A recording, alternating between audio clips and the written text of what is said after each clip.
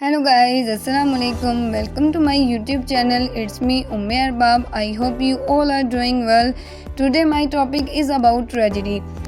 आज हम डिस्कस करेंगे ट्रेजेडी क्या होती है, ट्रेजेडी के फाउंडर कौन है, salient features of tragedy mean के ट्रेजेडी की कैरेक्टरिस्टिक्स को डिस्कस करेंगे, Aristotle tragedy and Greek tragedy क्या है, एलिमेंट्स ऑफ ट्रेजेडी कौन कौन से हैं, ओरिजिन ऑफ ट्रेजेडी, ट्रेजेडी का ओरिजिन कब और कहाँ हुआ, Roman tragedy, English tragedy, Shakespearean tragedy and types of tragedy को आज हम डिस्कस करेंगे।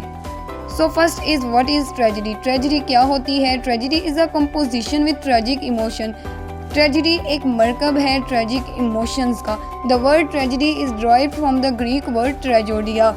Tragedy word Greek language tragoidia से लिया गया है जिसका मतलब है a God song. The word tragoidia is made of two words, tragos meaning he goat and oide meaning a song. Tragoidia लफ्ज दो अल्फाज से मिलकर बना है, tragos and oide. Tragos mean बकरा एंड ओइड मीन गीत, बकरे का गीत। Hence originally tragedy was a God song sung when he god was led to altar for sacrifice. Tragedy basically एक गॉड सॉन्ग था जो कि बकरा गाता था या बकरे के साथ जानने वाले जो लोग थे वो गाते थे। जानवर को जब बलि के लिए ले जाया जाता है, बलि देने वाले जानवर को समझ आ जाता है कि अब उसकी बलि दी जा रही है तो वो भी में करने लग पड़ता है, जो कि वो भी उसका एक दुखद गीत होता है और उसके साथ जाने वाले जो लोग होते हैं वो भी उस गीत को गा रहे होते हैं जो ट्रेजेडी के साथ लिंक करता है।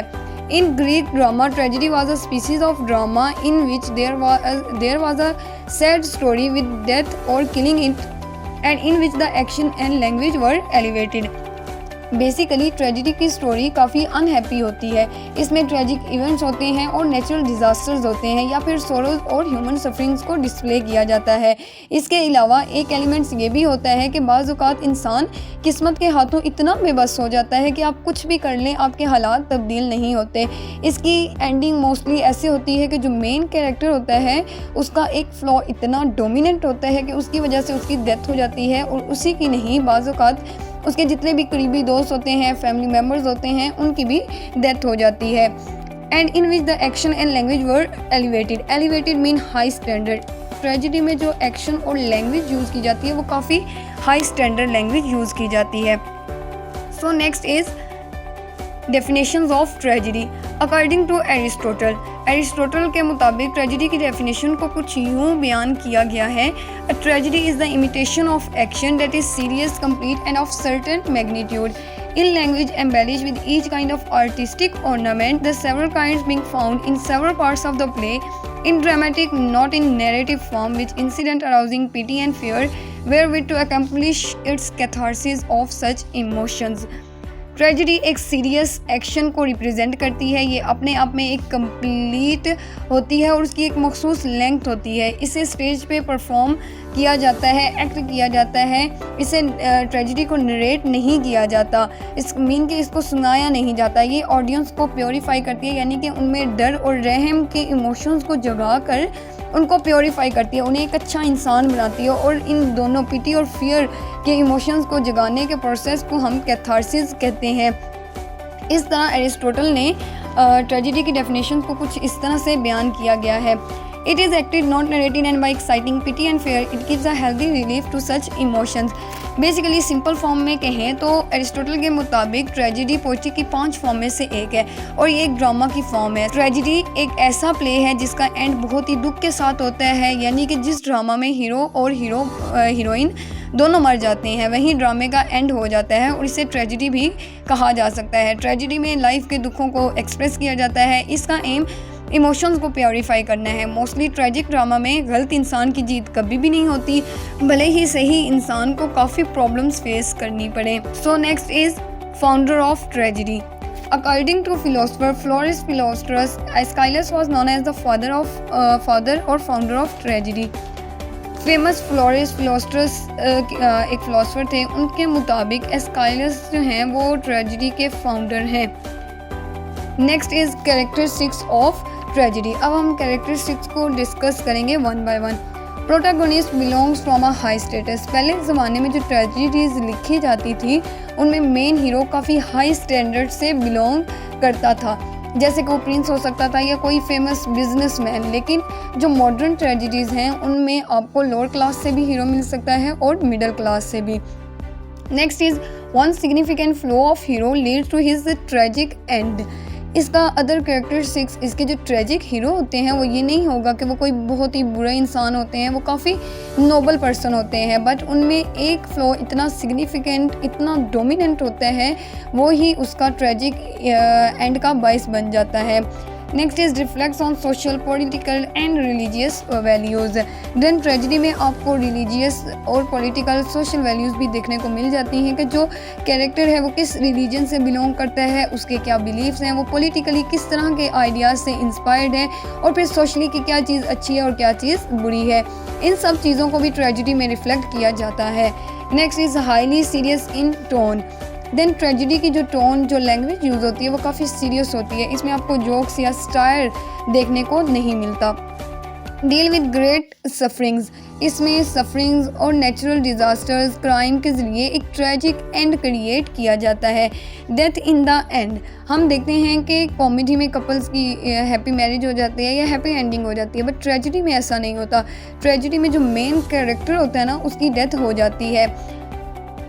कंटेन सुपरनेचुरल एलिमेंट्स, इसके अलावा ट्रेजेडी में हमें सुपरनेचुरल एलिमेंट्स देखने को मिलते हैं कि अगर किसी शख्स का मर्डर हो गया है तो उस शख्स का जो घोस्ट या स्पिरिट है, जिस शख्स ने मर्डर किया है, उसको वो स्पिरिट, वो घोस्ट डिस्टर्ब करेगी या बार बार उस शख्स के ड्रीम्स में आएगा वो घोस्ट या स्पिरिट की फॉर्म में। सो इस तरह की तमाम कैरेक्टरिस्टिक्स आपको ट्रेजेडी में बहुत डोमिनेंट नज़र आएंगी।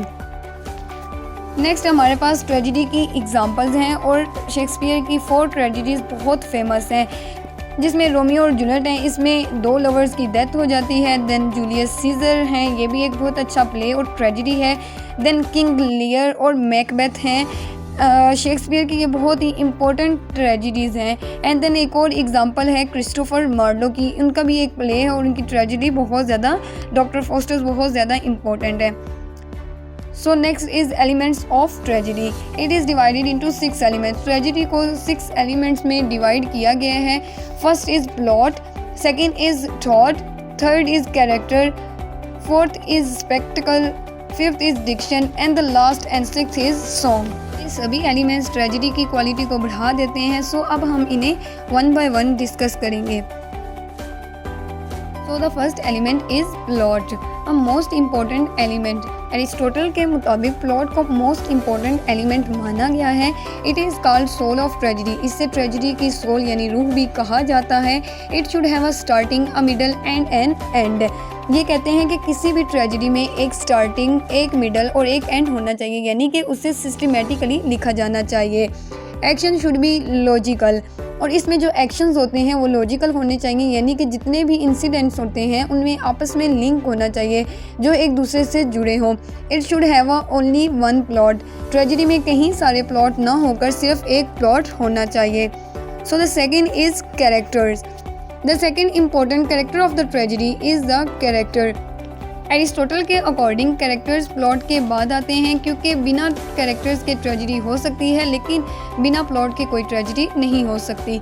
इन comedy many characters are important but in tragedy the hero is important. Comedy में बहुत से कैरेक्टर्स इम्पोर्टेंट हो सकते हैं लेकिन ट्रेजेडी में सिर्फ एक हीरो इम्पोर्टेंट होता है। Third is diction. Diction means writing skill. It is a literary device. It makes tragedy effective. According to Aristotle, diction is the expression of the meaning in word. Tragedy में अलग अलग literary devices का use किया जाना ही Dickson है जो tragedy को effective बनाते हैं।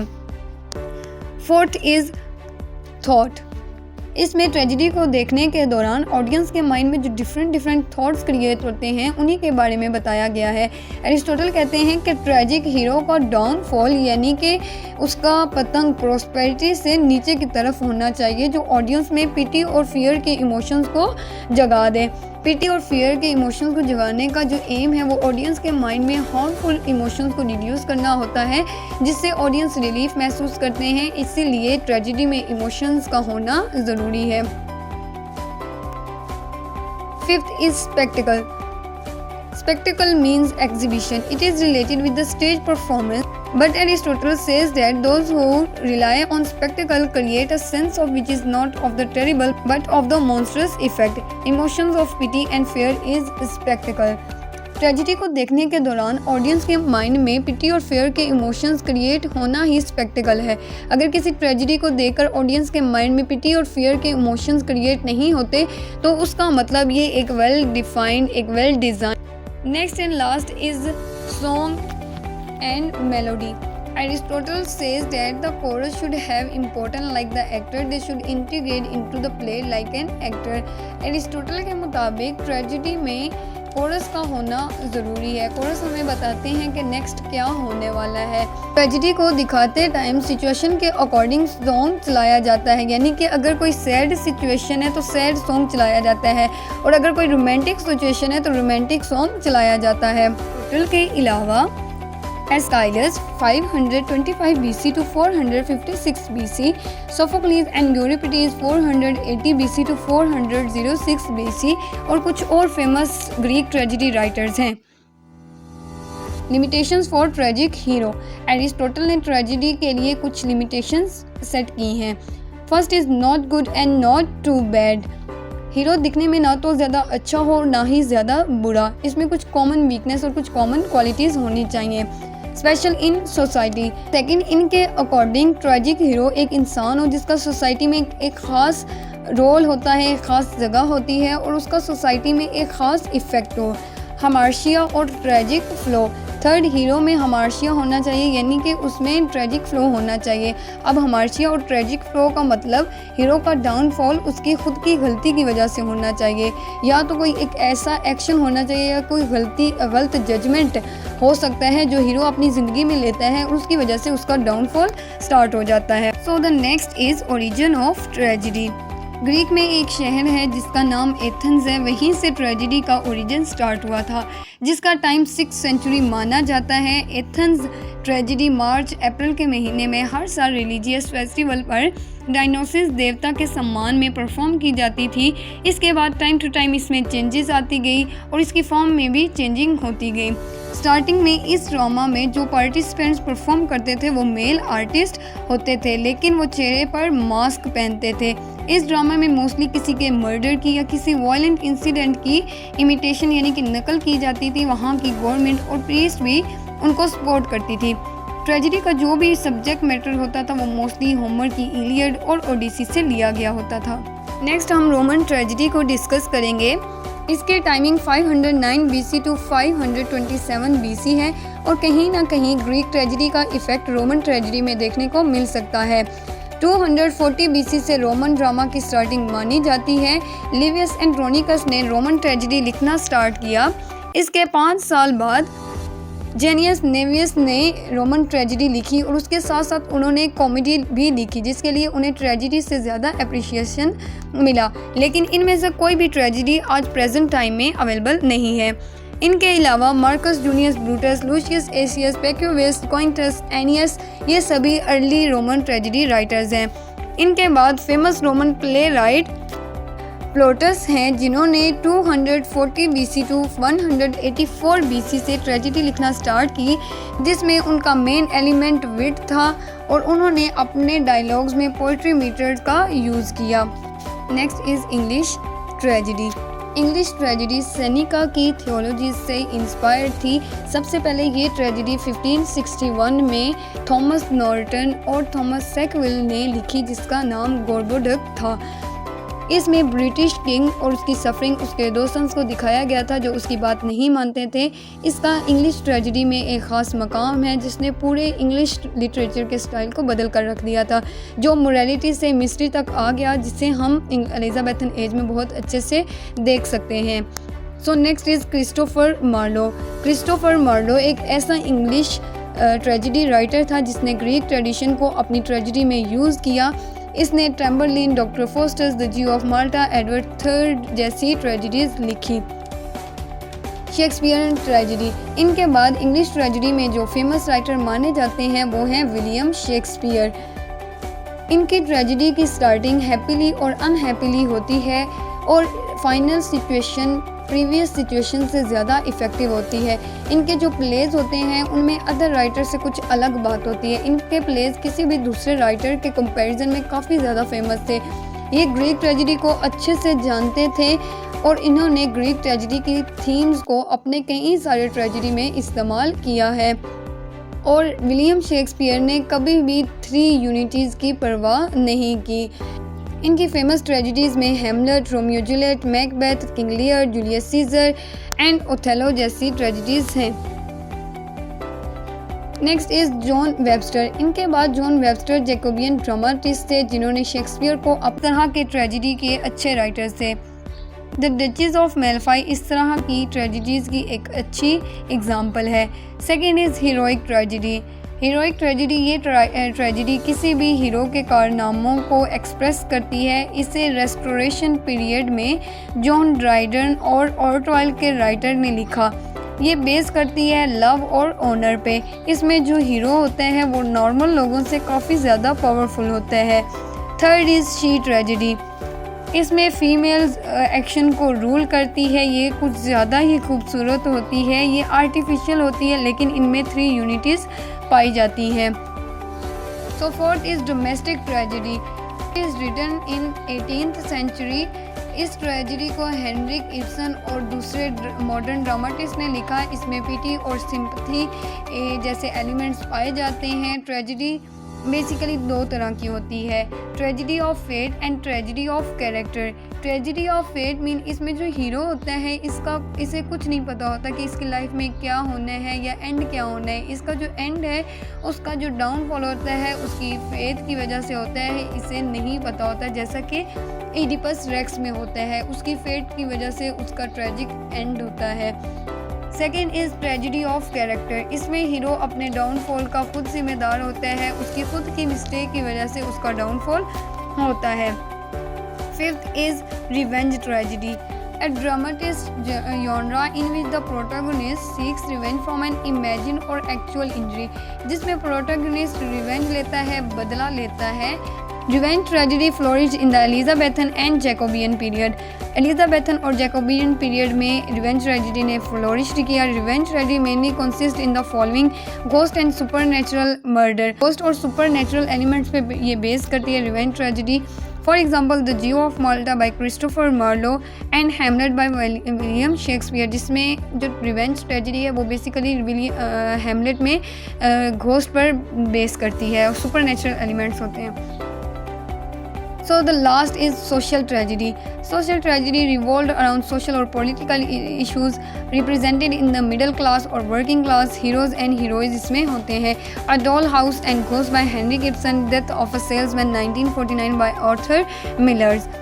So it was all about this video. I hope you like it, and if you like it, don't forget to give it a thumbs up and subscribe. Thank you so much for watching. Allah Hafiz, fi amanillah.